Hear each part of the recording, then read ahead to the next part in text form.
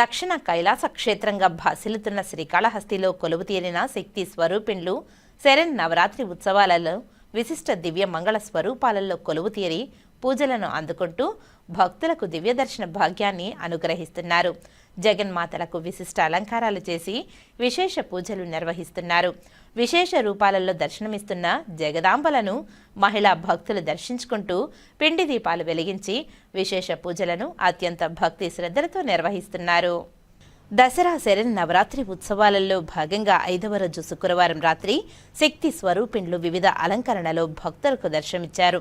7 గంగమ్మల అమ్మవారు శ్రీ స్కందమాతాదేవి అలంకరణలో, మేడాంగ్ గ్రామంలోని దక్షిణ కాళికామాతాదేవి, మహాలక్ష్మీదేవి అలంకరణలో, భాస్కరపేటలోని శ్రీ చాముండేశ్వరి ఆలయంలో మహాలక్ష్మి అలంకరణ, బజార్ వీధిలోని శ్రీ వాసవి కన్యకా పరమేశ్వరి దేవస్థానంలో గాయత్రీదేవి అలంకరణ, పానగల్లోని పొన్నాలమ్మ అమ్మవారు శ్రీ మహాలక్ష్మి అలంకరణలో దర్శనమిచ్చారు. బీపీ అగ్రహారంలోని పెద్దగంగమ్మ శ్రీ మహాలక్ష్మీదేవి అలంకరణ, బహదూరుపేట తెట్టు వద్ద ఉన్న శ్రీ నల్లగంగమ్మ తల్లికి మహాలక్ష్మీదేవి అలంకరణ చేశారు.